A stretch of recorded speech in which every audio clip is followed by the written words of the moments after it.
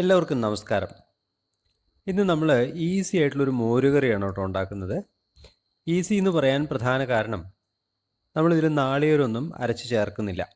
വളരെ സിമ്പിളായിട്ട് ഉള്ളൊരു റെസിപ്പിയാണ് ഇത്. ഇതിനായിട്ട് ഉപയോഗിക്കുന്നത് കായയാണ്. പിന്നെ മസാലകളെന്ന് പറയുന്നത് സാധാരണ നമ്മുടെ വീടുകളിലൊക്കെ ഉണ്ടാകുന്ന മസാലകളും കുറച്ച് തൈരും ഇത്രയും ഇതിനാവശ്യമുള്ളൂ. ഇപ്പോൾ ഇൻഗ്രീഡിയൻസിൻ്റെ ലിസ്റ്റ് ഡീറ്റെയിൽസൊക്കെ വീഡിയോൻ്റെ തുടക്കത്തിൽ തന്നെ കൊടുത്തിട്ടുണ്ട്, ശ്രദ്ധിക്കുമല്ലോ. ഇപ്പോൾ കായ കട്ട് ചെയ്ത് കഴിഞ്ഞിട്ടുണ്ട്. ഇത് നമുക്ക് ഒന്ന് വെള്ളത്തിൽ നന്നായി വാഷ് ചെയ്തെടുക്കാം. അതിലെ കറയൊക്കെ ഒന്ന് മാറ്റി എടുക്കാനായിട്ടാണ്. വെള്ളത്തിൽ നല്ലവണ്ണം കഴുകിയെടുക്കാം. എന്നിട്ട് ഒരു പ്രഷർ കുക്കറിലിട്ടിട്ട് ഒരു 10 മിനിറ്റ് വേവിച്ചെടുക്കാം. അപ്പം കഴുകിയിട്ടുണ്ട്, പ്രഷർ കുക്കറിലോട്ട് മാറ്റിയിട്ടുണ്ട് കായ. അതിലോട്ടൊരു 200 ml വെള്ളം ഒഴിച്ചിട്ടുണ്ട്. ഇനി നമുക്ക് ഇത് കുക്ക് ചെയ്തെടുക്കാം. ഏതാണ്ട് 10 മിനിറ്റ് ആയിട്ടുണ്ട്. കായ വെന്ത് കാണണം. കുക്കറൊന്ന് തുറന്ന് നോക്കാം. യെസ്, വെന്തിട്ടുണ്ട്. അപ്പോൾ ഇനി ഇതൊരു ബൗളിലോട്ട് മാറ്റാം. ഇതിവിടെ വീട്ടിൽ തന്നെ ഉണ്ടായ ഞാലിപ്പൂവൻ കായയാണ് ഉപയോഗിച്ചിരിക്കുന്നത് കേട്ടോ. ഇനി മാർക്കറ്റിൽ നിന്ന് വാങ്ങുന്ന പാളയംകോടനാണെങ്കിലും 10 മിനിറ്റ് കൊണ്ട് വെന്ത് കിട്ടും. ഇനി ഒരു പാൻ എടുത്ത് മീഡിയം ഫ്ലെയിമിൽ വെച്ചിട്ട് അതിലോട്ട് 2 ടേബിൾ സ്പൂൺ വെളിച്ചെണ്ണ ഒഴിച്ചു കൊടുക്കാം. എണ്ണ മൂത്ത് വരുന്നതോട് കൂടിയിട്ട് അതിലൊരു ടീസ്പൂൺ കടുക് ചേർക്കാം, 3 വറ്റൽമുളകും. എന്നിട്ട് ഇതൊന്ന് പൊട്ടിച്ചെടുക്കാം.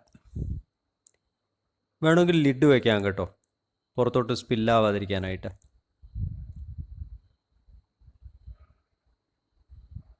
അത് പൊട്ടി വരുന്നതോട് കൂടിയിട്ട് നമുക്ക് അതിലോട്ട് 1 ടീസ്പൂൺ ജീരകം ചേർത്ത് കൊടുക്കാം. ജീരകം മൂത്ത് വരുന്നതോട് കൂടിയിട്ട് അരിഞ്ഞു വെച്ചിരിക്കുന്ന സവോള അതിലോട്ട് ചേർത്ത് കൊടുക്കാം. നല്ലോണം ഇളക്കിയിട്ട് നല്ലോണം വഴറ്റിയെടുക്കാം. ഉള്ളി നല്ലപോലെ വഴറ്റിയതിന് ശേഷം അതിൽ 2 ടീസ്പൂൺ ഇഞ്ചി അരിഞ്ഞ് ചേർക്കുക. 1 പച്ചമുളകും അരിഞ്ഞ് ചേർക്കാം. ഒന്ന് ഇളക്കിയതിന് ശേഷം അതിലോട്ട് 1 ടീസ്പൂൺ മഞ്ഞൾപ്പൊടി, 1 ടീസ്പൂൺ കുരുമുളക് പൊടി ഇത്രയും ചേർത്ത് കൊടുക്കുക. കൂടെ കായവും ഉലുവയും കൂടി വറുത്ത് പൊടിച്ച പൊടി 1 ടീസ്പൂൺ ചേർത്ത് കൊടുക്കുകയാണ്. അത് ഈ കറിക്ക് നല്ല ടേസ്റ്റ് തരും കേട്ടോ. ഇനി ഇതിലോട്ട് 1.5 ടീസ്പൂൺ ഉപ്പ് ചേർക്കുകയാണ്. നമ്മൾ കായ വേവിച്ചപ്പം ഉപ്പ് ചേർത്തിട്ടില്ല, അതുകൊണ്ട് 1.5 ടീസ്പൂൺ വേണ്ടി വരും. ഇനി ഇതിലോട്ട് ഒരു 10 കറിവേപ്പിലൂടെ ചേർത്ത് കൊടുക്കാം. എല്ലാം ഒന്ന് നല്ലപോലെ ഇളക്കി യോജിപ്പിക്കുക. അതിനുശേഷം നമുക്ക് വേവിച്ച് വെച്ചിട്ടുള്ള കായ ഇതിലോട്ട് ചേർക്കാം.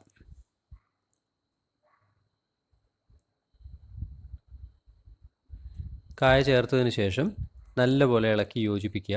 ഉപ്പും മസാലയൊക്കെ നല്ലപോലെ മിക്സ് ആവുന്ന പോലെ ഇളക്കി യോജിപ്പിക്കുക.